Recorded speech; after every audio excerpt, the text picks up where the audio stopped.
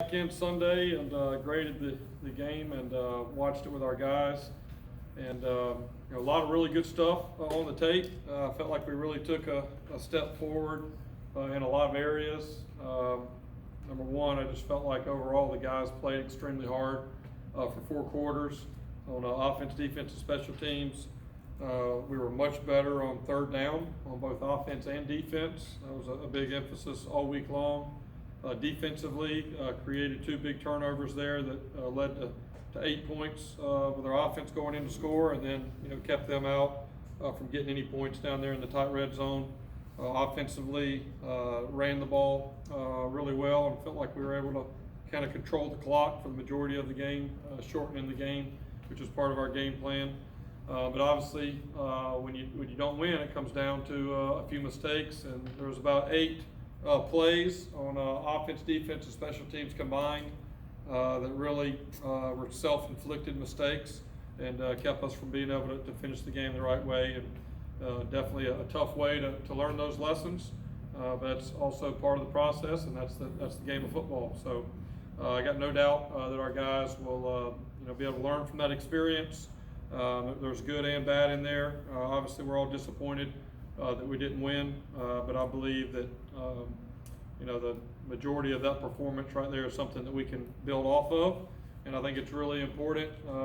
Sunday we kind of used as a correction Sunday, really to spend the time looking at the good and bad and the things we need to correct, and then the players had Monday off as their off day, and then the coaches we turned the page Monday and put 100% of our focus into Louisville. And when the guys showed up this morning, we got to turn the page and get ready for Louisville. Louisville is very athletic, very aggressive. I think they're 1 or 2 plays away from beating Florida State last week, which is a really good team, off to a good start. For Louisville, it really starts with their quarterback, Malik Cunningham. He's one of the best players in the country, and he's on track to break all of Lamar Jackson's records that he had there at Louisville. I think through 3 games he's close to 600 yards passing and 300 yards rushing. So the offense really goes through him, and he's a guy that you got to account for on every play. They also have some other really talented running backs and good offensive line, good skill group at wide receiver, and definitely going to be a challenge for us. And then defensively, very physical, very disruptive. They're currently leading the ACC with 10 sacks, which I think is top 12 in the country right now, and a lot of defensive tackles for loss. Their scheme, they play an Okie, which is a 3-man front with a stand-up guy and another stand-up guy on the other end. So really, it basically turns into a 5-man front, and that's really built to stop the run. And they're going to force you to have to account for the overhangs in the running game, and pick your spots, throwing the ball and trying to find those windows and all that. Going on the road again in another great environment. I think one of the positives for our guys, outside of one illegal procedure penalty that we had, which was a big mistake there because it went from maybe a 4th and 2 to 4th and 7. But outside of that one, we didn't really have any snap count issues as far as guys with motions and all that stuff with the snap count. So that'll be important this week because I know they'll have another good environment. And then the big message to our guys is a good football team improves each and every week. And I think if you look from game 1 BYU to the game 2 against Howard, we definitely took a step forward. And then from game 2 Howard to game 3 Florida, we took a big step forward. And the message to our guys is, whether we'd have won the game or not, the message would be the same. We've got things we got to improve on, and we got to really take that next big step this week. And if we'll continue to do that, then I'm really, optimistic on what this team can do this season. And as far as injury standpoint, we're expecting to get Christian Williams back this week at corner. That's an area that we were really, thin with a couple guys out. And then unfortunately, Brian Norris had a season-ending knee injury there this past Saturday. He'll have surgery later this week, and so we'll miss him. But he's an extremely hard worker, and I got no doubt he'll do the work he needs to rehab and be back next year. So with that, I'll open it up for any questions. Jeff, how important was this to validating what you're doing to the team? I mean, you struggled so much, you kept telling them this is gonna work. Yeah. Finally, it did work, and even in your mind, your coach, how important was that to validate? I think that was important for everybody. You know, we've been saying it, but again, I think the team has seen the progress and the differences maybe, I guess, in the off season and throughout fall camp, throughout the summer. And but you know, those first two games, we really didn't see it, especially second half of Howard. I think we kind of started getting into a little bit of a rhythm there offensively and defensively, but for the first you know, game and a half there, we didn't. So I think the good thing is, you know, since first time since I've been here that I've really felt like we played closer to what it's supposed to look like. And I think you got to go out there and do it. I mean, you can talk about it all you want, but at some point you got to get out there and take the next step. You know, three of the things that you know, I really saw us play with belief. I felt like our guys believed from the beginning of the game all the way to the you know, field goal try that we were going to win the game. I felt like they played with confidence. You know, we talked about that. Confidence is not something that you just develop. Confidence is a choice. You can choose to go out and play confident, and that was something we talked a lot about. And I felt like our guys went into that game. You wouldn't know if we were 1-1 or 2-0 going into the game the way the guys played. So that was important. And then the other big thing that has been a big thing we've talked about is you know, responding to adversity, being able to embrace adversity, stepping into it when it happens. We did not handle adversity very well in the first two games. Obviously BYU, we had the 2-hour delay, then we go out there first play to the house, and then we throw a pick six, and then it just kind of, we never really were able to rebound. And then going out there against Howard, we take the ball, first play, interception, and it's kind of like that, here we go again. And so the big message is, you know, until we learn to embrace adversity, you know, we're never going to be able to play a complete game. And you know, there was a point, even though we had done some good things there early in the game last Saturday, we were still down, was it 24-10? 24-10 with 3 minutes to go in the second quarter. So we're down 14 points, getting ready to go into halftime. I mean, the guys did not step back. They stepped into it. We went on an 18-0 run over the next, you know, 2 quarters, and you know, we're in a position to win the game up 4 with 7:50 on the clock. So as far as, you know, those steps, I think that's really good progress. Now we've kind of graduated to the level of, okay, we've got to do all that, and we can't make the self-inflicted mistakes, you know, with the easy things, snapping the ball and being able to hold the kick and hold for the field goal kick, and a few other things on offense and defense, things that we can control. And so I think, you know, it's guys are disappointed, coaches are disappointed because, you know, we had a real opportunity there to win the game, but there's also confidence that comes from that. You just look back at maybe how we played against them last year. I personally believe they're a better team. Florida's a better team this year than they were last year when we played them this time. And we played a lot better in this game at their place in a loud environment. So there's a lot of positives in there, but you know, it's time for us to kind of take that next step and be able to finish it. And if we'll just continue to improve, we'll get those opportunities. So what happened? I mean, you've been preaching it. It's the same team. Yeah. Why did the light come on in Gainesville? Yeah, well, it's a good question. I think at some point the players have to make the decision, you know, that they're going to turn it on, and I feel like they did. Now I think we practiced better throughout the week. I think it was a better week of preparation that led to it. But at the end of the day, you know, you got to be able to jump out there and go do it. And you know, I felt like overall the guys nobody was happy or nobody was pleased with the start that we had to the season, just with the BYU game and maybe how the Howard game was a little inconsistent. And I think the guys showed back up knowing that we had a good opportunity, and we really, you know, needed to focus on you know, playing better and playing hard for 4 quarters and executing and all these things. And you know, they made that decision to go do it. Jeff, you mentioned you want to, you know, see improvement in the passing game. Yeah. How much of that is on the receivers? Have they been giving Gary the help he needs? Yeah, you know, that's what I'd say about Gary. Gary played a very gutsy performance. I mean, you watch that game. I mean, what we asked him to do in that game because of our game plan and all that, we asked him to pretty much every one of our runs had a read option on it where he's reading the defensive end. They were very athletic defensive front, and so when you're playing athletic defensive ends, you like to read them. You want to go somewhere fast, go fast. We're going to go the opposite way.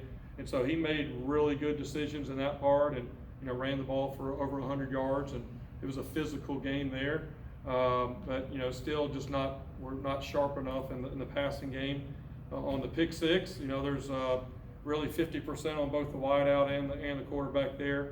Running a slant, the corner was playing inside leverage, and we got to do a better job of coaching our guys. That if the guy's inside leverage on a slant route, you can't run straight ahead for 3 steps and then break in. You give that guy the access, right? As a wideout or tight end or anybody running a route, I have the inside knowledge of where I'm going. So if I'm going to go inside and he is inside, I'm going to attack him inside, and I'm never going to be.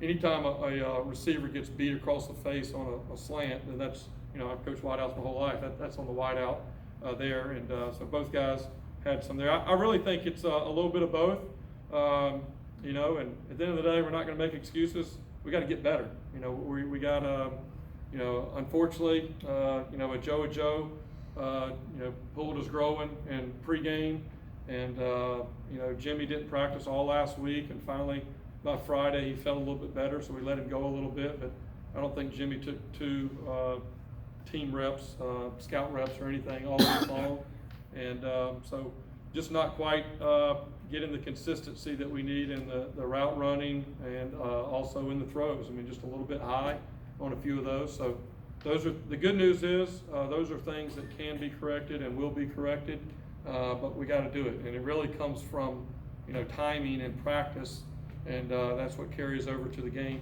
And so that's the bad news that we got to improve there. The good news is, and what I told the guys, I mean, look at what our offense was able to do running the ball. When we do get to where we're supposed to be passing, then now we finally get to see what this offense can be. And so it's still early in the year, but we need to get that corrected here this week.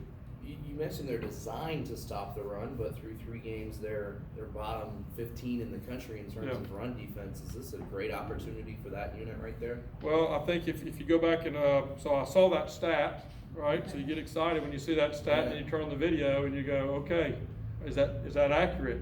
And really, what it is, if you go back and watch all the games, Syracuse, Central Florida, and Florida State, I would say 95% of the runs. It's a party in the backfield, but then there's 4 or 5 that get out and go for big plays, and so all of a sudden, the yardage turns into a lot of yards, but really it's 3 or 4 big plays, but all the rest of them, they've got more. Football is all about how many guys does the defense want to dedicate to the box and to the run, right? And how many people does the offense want to dedicate to that? And then do you read it and do you protect it, and RPOs and on all those different things? And so it's kind of a cat and mouse. But I would just say, if anybody goes and watches the video, they're very aggressive. Their linebackers are really good players. Safeties are good players. Defensive line is really good. But what Florida State was able to find, and Syracuse was able to find, and UCF on a couple plays, they were able to find a couple explosive runs that really opened that up. And conversely, that's what I felt like we did a better job of defensively last Saturday, is just on the normal runs, right? We did a better job of containing those, but then we had one, maybe 62 yards, untouched, and all of a sudden that changes the game, right? So, that's kind of the cat and mouse game back and forth, but I think as much of personnel, also schematically, it's just a little bit different than a normal defense. So there's different teaching and maybe some different run concepts that you have to do to that. They also, offensively, they run a lot of their offense out of the pistol, a lot of trips to one side. What's the key? Obviously, got to contain the quarterback run game. So what do you get out of them offensively? Yeah, well, I'm definitely not going to give the game plan on Tuesday. Sure. But I would say that the quarterback is a talented player. They're trying to find ways to let him be a runner, and so all it takes is 1 or 2 times where you squeeze on that, the defensive end squeezes to take the running back. And this guy is a 4-3, 4-4, legit to the house. And, you know, all three teams that played him, you know, had problems kind of containing him. So, you know, it makes you, again, have to maybe change up what you're doing a little bit, having somebody spy the quarterback. So now that takes you out of some of the passing game responsibilities, and they got really good weapons there. So it's a little, you know, very similar to what they've been doing. You know, this guy's very, very elusive and has the rare combination of being a great runner and also being able to throw the ball extremely well downfield to explosive guys. So it's a challenge. You So, probably, I was gonna say, you probably see a lot of similarities in Richardson and Cunningham. I know there's Cunningham's smaller in stature, but Right. I'm sure you see a lot of the same Yeah, skill I set. think both of them are great athletes and, you know, have shown to be able to do both. I would say that the scheme that Louisville runs is unique probably to that because of the pistol and some of the different things that they do within their running game. You know, that's probably where it changes a little bit. But yeah, there's no doubt. I think I said it post game Saturday that, you know, we're facing some really good quarterbacks here at the beginning of the year, and you know, that'll continue. We've got a couple really good ones in our league that we'll face as well. So at Florida, Spencer Schrader's lined up for a field goal that Yeah. put it into overtime. You have a catastrophe. He almost made it. Yeah. So how do you break it down? Like, obviously the ball wasn't where you wanted it, but how did that even happen? Yeah, Almost went in. well, I think the first thing you say is you never take anything for granted. I mean, I haven't seen a bobble snap on a field goal since I've been here in practice or a game. I'm a former holder. I held for 3 years there at Clemson, so I understand that job very well. But, you know, everybody sees that one, but you also have the snap from your center to your quarterback. We do that every day, right? And all of a sudden, we don't have that. Now we're kicking a, 35-yard field goal instead of a 50-yard field goal. And even that rugby kick, whatever it was, probably goes in right there, you know. So at the end of the day, you know, the message is it comes down to, you know, how we do what we do, right? I know everybody gets tired of hearing it, but that had nothing to do with them. That had everything to do with, you know, how we do what we do. And we didn't do that the way that we need to, and the way that we've practiced. And you know, again, that'll be a learning lesson for all the guys that are involved in that.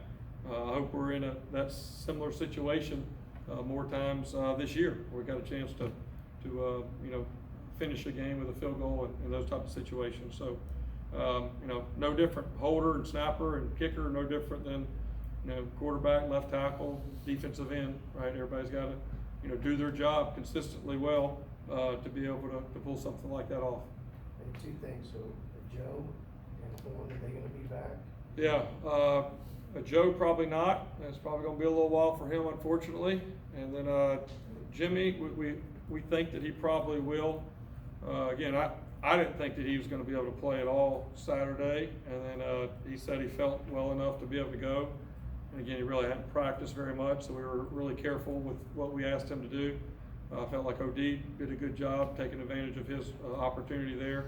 But hopefully, unless Jimmy re-aggravates it at some point this week, we'll kind of ease him back in.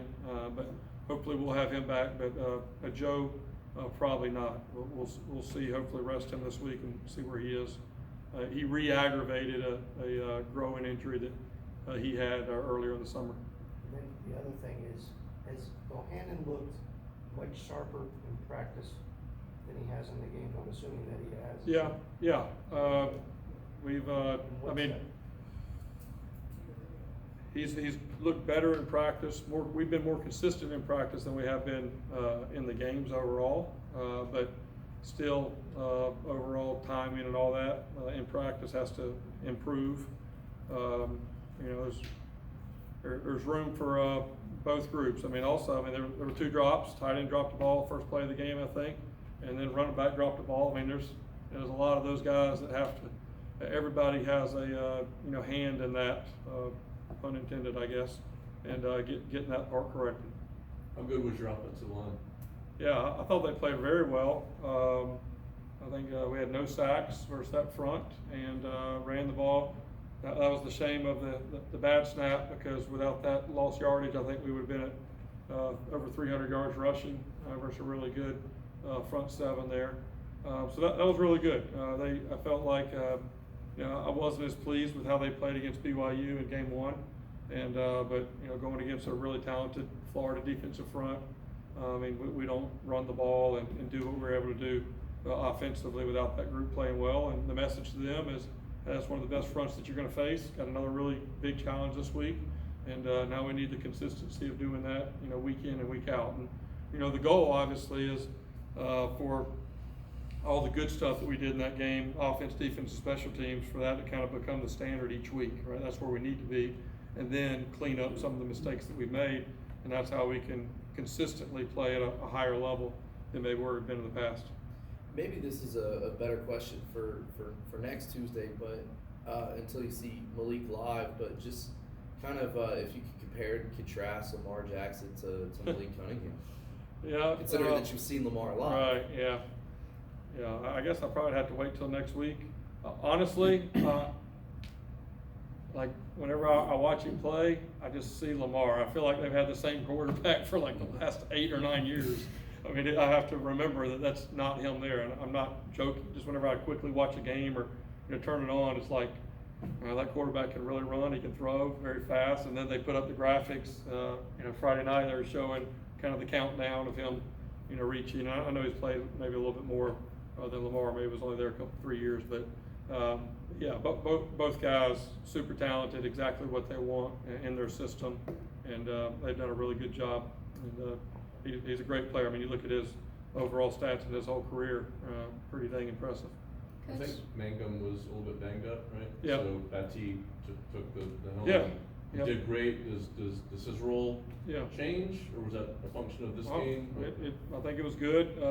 Jaron hadn't been 100%. He's dealing with an ankle as well. We're just kind of going through one of those spells where we have a few of those things. But yeah, I'm excited about the running back room. I think Jaron's done some good things when he's been able to get in there and get opportunities.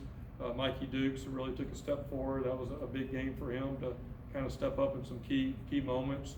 And then, Batty is just, taking a huge step. And then the guy that, has been right up there at the front before he got hurt was Kelly Joyner.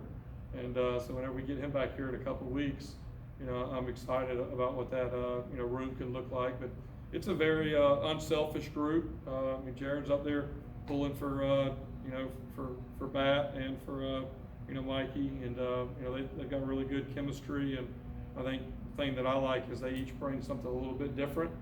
And it's kind of like going to the golf course. Times you need that driver, and times that you need that, sand wedge. And so, being able to kind of have multiple guys in that room that can do different things is an advantage for us. You said after Saturday that you wanted that to be the new foundation kind of for the team. Do you feel like the guys all have like that mentality going into Louisville and just like kind of that hunger and excitement to get back into it? Yeah, I do think the guys left that game once the emotions of the loss and all that kind of clear your head and go back and watch the video. I think there's a lot of positives that they're able to see that when we do what we've been talking about, we play at a high level, we can compete with anybody. But then the other message is just because we played well in a lot of situations last week doesn't mean we're going to play well this week. It's a whole new game. Just same reason that a team that played very poorly against BYU could play very good for the most part against Florida. It can turn the other way. So each week is a new week. But the goal is for that and cleaning up some of the mistakes really to kind of become the standard. And that's really kind of the next level for us to see if we can do that, multiple weeks and continue to improve. All right. Thanks, Thank guys. you. Appreciate it.